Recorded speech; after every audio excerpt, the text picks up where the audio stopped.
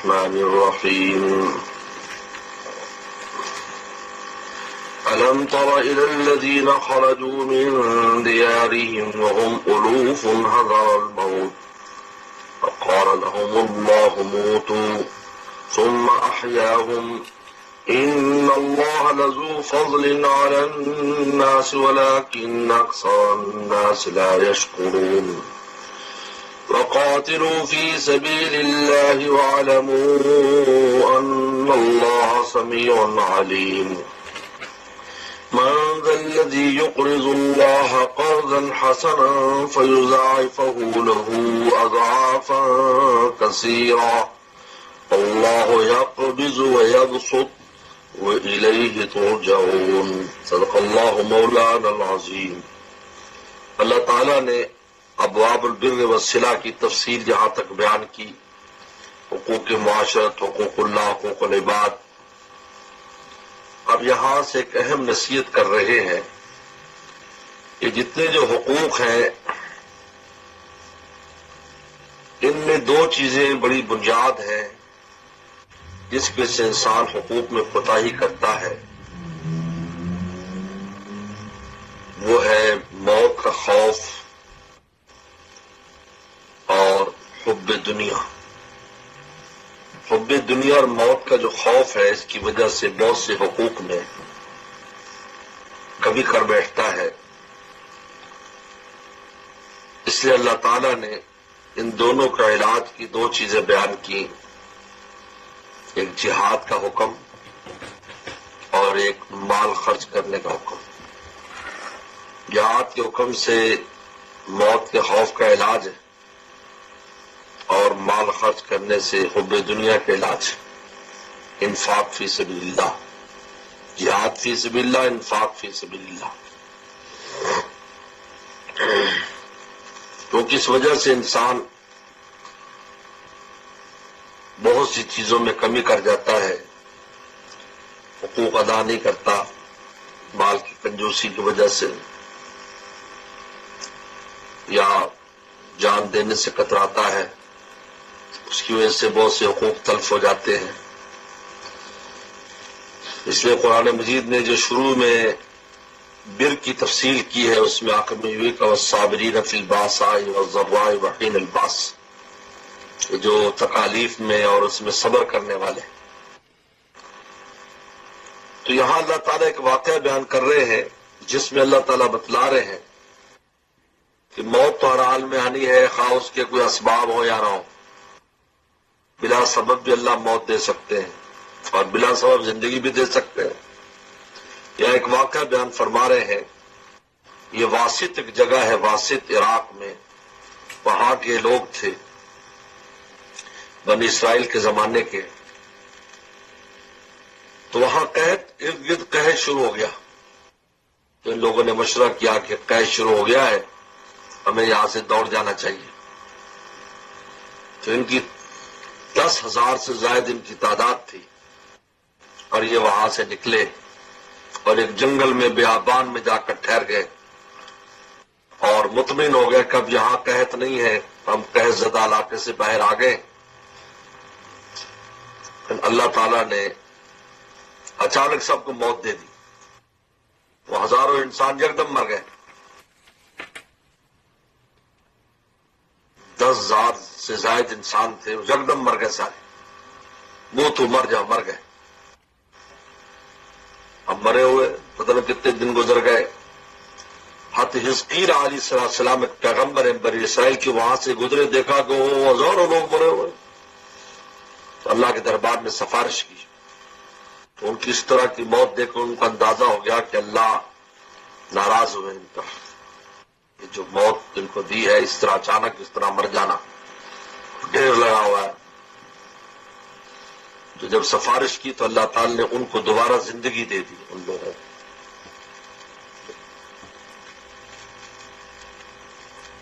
تو انسان، تو اس میں اللہ تعالی نے اس واقعہ بیان کر کے علاج کیا کہ موت کے خوف سے جہاد نہ کرنا یا بہت سے حقوق سے پہلو تہی کرنا موت کے خوف سے،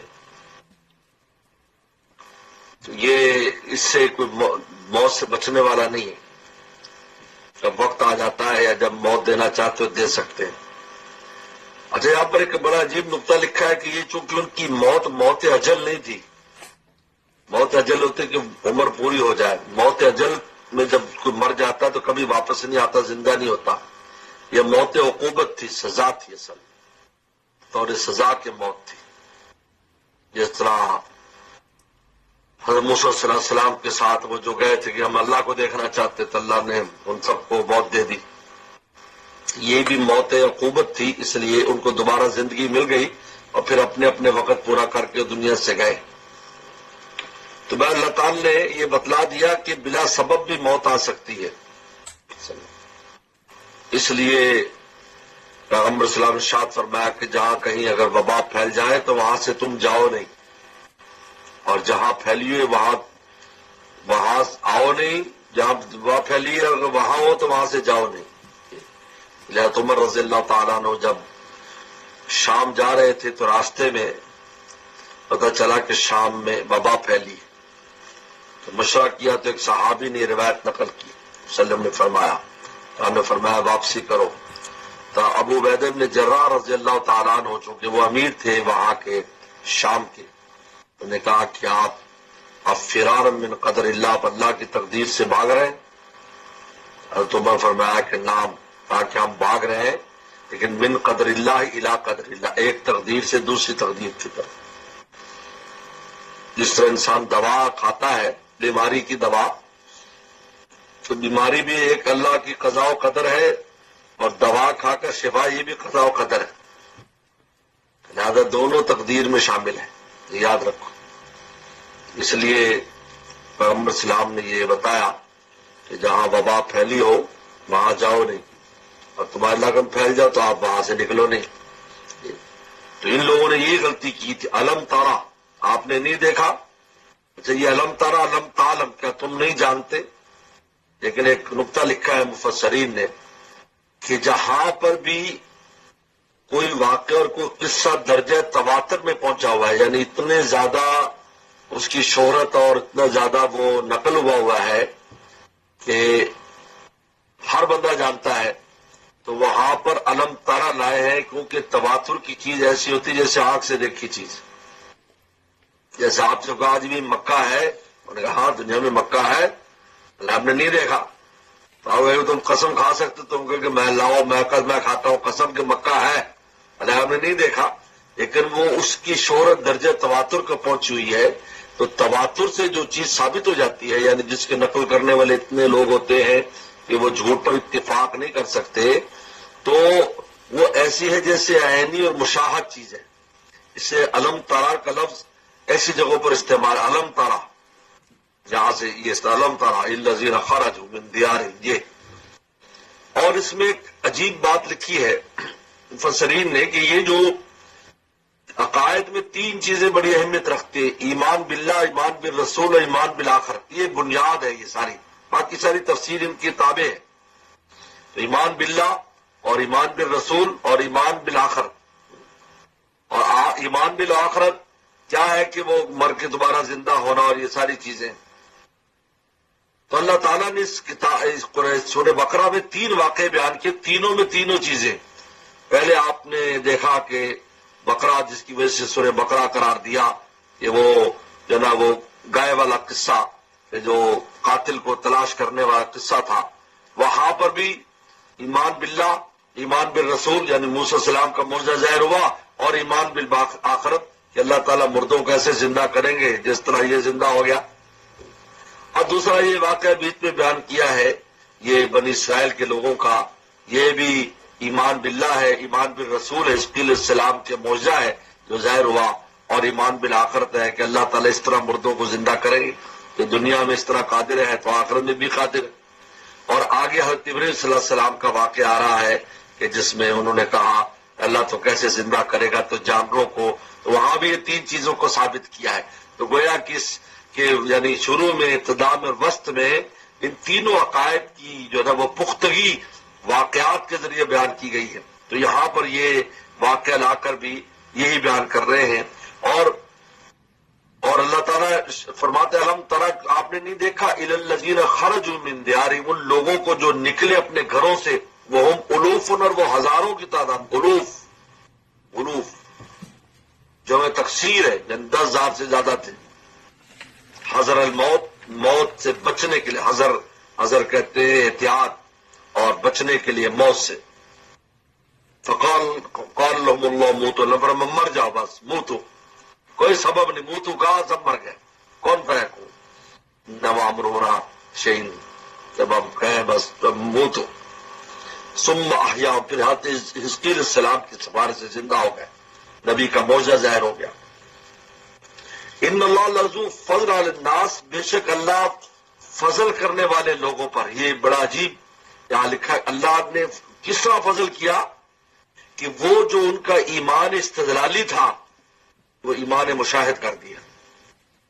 جب ایمان بالمشاہد، مشاہدے کا ایمان ہو جائے اور ذوقی ہو جائے، جس کو کہتے ہیں ذوقی حالی، تو اس پر ارتداد کا خطرہ ختم ہو جاتا ہے، وہ کبھی مرتد نہیں ہو سکتا.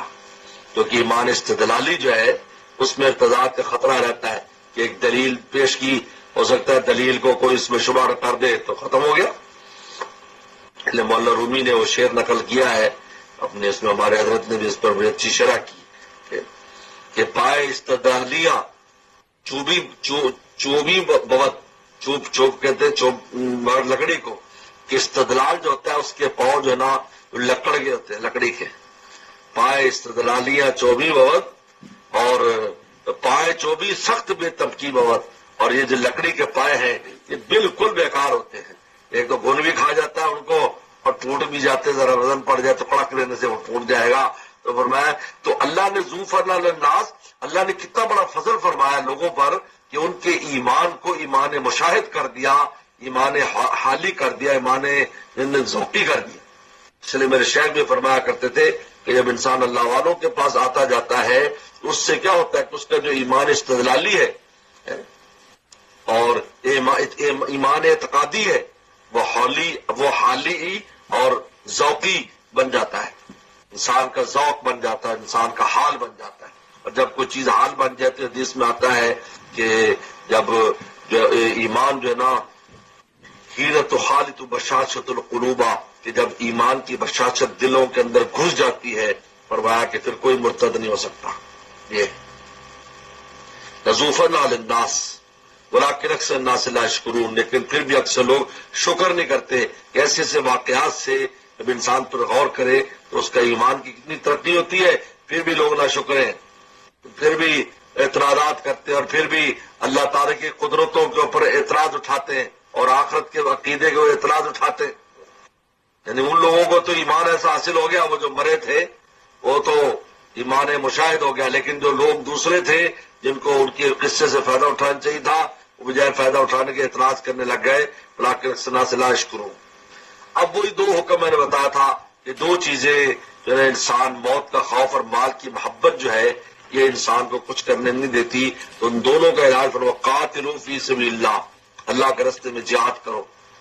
یہ موت، کراہیت الموت کا علاج اس میں، اور اس سے جہاد فی سبیل اللہ. یہ دونوں شعبے بڑے مشکل ہیں، جہاد کرنا بھی اور مال خرچ کرنا بھی. بندہ جان دے دیتا ہے لیکن مال نہیں دیتا، کہ مال کا مسئلہ ہے. قاتلوا فی سبیل اللہ وعلموا، جان لو ان اللہ سميع علیم، اللہ سننے والے، علم والے. اللہ تمہاری نیتیں جانتے ہیں، تمہاری باتوں کو سن رہے ہیں. اب مال کی محبت کا علاج کیا؟ من ذا الذی یقرض اللہ قرضا حسنا، کون ہے جو اللہ کو قرض حسنہ دے گا؟ قرض حسنہ کون دے گا؟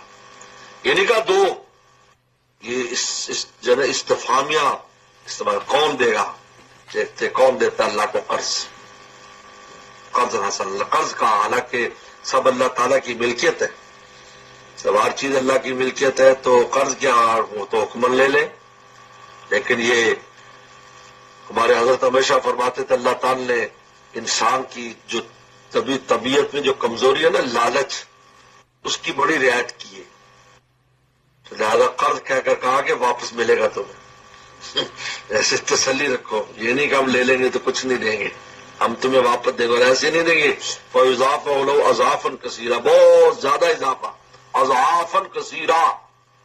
اللہ اکبر. کتنا زیادہ جب اللہ کثیرہ کہہ رہے ہیں تو کتنا زیادہ دیں گے اس پر. ایسے مشہور ہے ایک بجے 70 آخرت میں ملے گا, دنیا میں 10 ملے گا. اضعافا کثیرا. لیکن قرض حسنہ سے اس کو تعبیر فرمایا تاکہ انسان وہ ہے جیسا ہمارے شیخ فرماتے ہیں اللہ تعالیٰ کہ راضیت مرضیہ, کہ تو بھی راضی ہوگی پھر ہم بھی راضی ہو جائیں گے. یعنی پہلے بندے کے راضی کرنے کی بھی ذکر کیا ہے, کیونکہ انسان جو نا وہ احدت انفس الشح, لالچ ہوتا ہے. تو من ذا الذی یقرض اللہ قرضا, کون ہے جو اللہ تعالیٰ کو قرض دے گا. یہی روایت کے تحت لکھا فصل ابو دہدا رضی اللہ تعالیٰ عنہ نے جب یہ سنا کہا کہ اللہ قرض مانگتے ہیں, کہا کہ ہاں. کہا کہ میرے 2 باغ میں دونوں قرض دیتا ہوں. فرمایا کہ نہیں, ایک دے دو ایک رکھ لو. تو جو سب سے قیمتی باغ تھا وہ دے دیا, اور وہاں گئے تو ان کے بچے اس باغ میں بیوی بچے تھے, بچے کھیل رہے تھے, پھل لائے ہوئے تھے. دروازے سے کہا کہ نکلو یہاں سے, یہ اللہ تعالیٰ کا ہو گیا. یہاں تک کہ جو کھجوریں ان کے جھولیوں میں تھی وہ بھی وہیں گرا دی, منہ میں تھے وہ بھی نکال دی. تو آپ نے فرمایا, پیغمبر صاحب جب سنا تھا آپ نے فرمایا کہ ابو دہدا کے لیے پتہ نہیں کتنی کھجوریں اور کتنے محلات جنت میں بنا دیے گئے. یضاعف اضعافا کثیرا. جب مال اللہ کے راستے میں خرچ کرنا, اس سے گھبرانا نہیں چاہیے. امیری غریبی کا اس میں کوئی وہ نہیں ہے. صحابہ کرام کون سے امیر تھے پھر خرچ کرتے تھے, ان پر اترتی تھی تو بیچارے خرچ کرتے تھے. یہ فیضاعف اضعافا کثیرا, بہت زیادہ اللہ تعالیٰ اس پر بدلہ عطا فرماتے ہیں. اضعافا کثیرا.